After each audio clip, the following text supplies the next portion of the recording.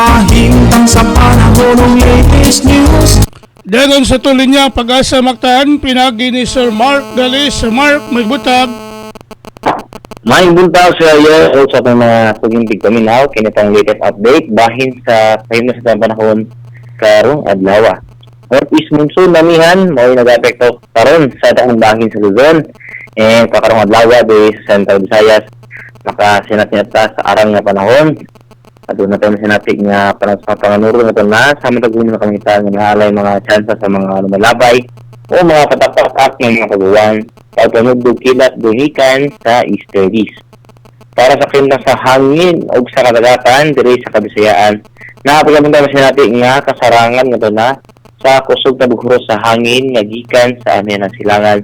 Diin na po ang kadagatan, doon na po yung kasarangan nga ito na sa baloron na kahintang. Diri sa Cebu itong kadagatan, adunay hinas diri nga 5:3 sa kadlawon ug mo taob unyang alas 4 sa udto. Temperatura karong adlaw naa sa 25 ato na sa 31 digre sentigrado. Ato kaning adlaw musilang na 6 untos sa buntag ug mosalot na unyang alas 5:54 sa hapon. Philippine Standard Time alas 5:40 na sa kabuntagon.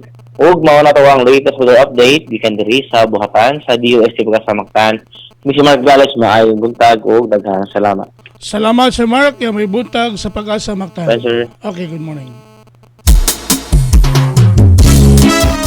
Inyo gadabate ang atong dagan sa kahimtang sa panahon ining adlaw Huwebes. Pizza 20 City, bulan sa Pebrero tuig 2025.